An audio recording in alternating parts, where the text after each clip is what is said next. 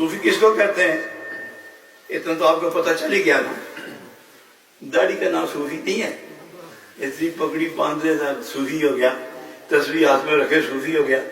چادر کندھے پہ ڈالے چلتا صوفی ہو گیا، لاٹھی ہاتھ میں رکھے صوفی ہو گیا، ایک مسلح لوٹا رکھے، داڑھی رکھی، تسبیح ہاتھ میں پکڑے ہوئے چلتا ہے، حق ہو کے نعرے لگاتا ہے، صوفی ہو گیا۔ فرمایا نہیں، صوفی اس کو نہیں کہتے، صوفی اس کو کہتے ہیں جس لباس میں ہو مگر با خدا ہو،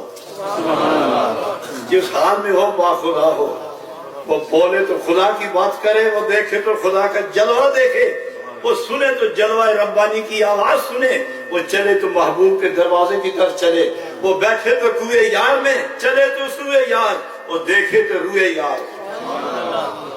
دیکھے تو محبوب کا، چلے تو کوچائے محبوب ہو، اور رکے تو درے محبوب ہو، اور چلے تو سوئے محبوب۔ یہ ہوتا ہے صوفی، اور صوفی کے لیے لباس مخصوص نہیں ہوتا۔